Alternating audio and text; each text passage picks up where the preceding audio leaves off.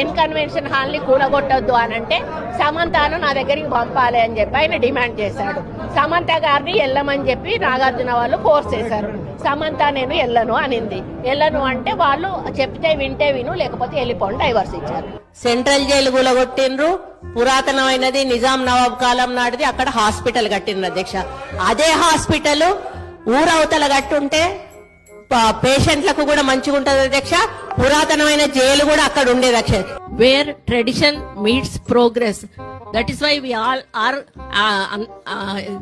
Calling Telangana ఆజాయే ఆజాయే. Some name was kept. I congratulate all of you and also all the best. Telangana जरूर आना, ये हमारा सिंबल है.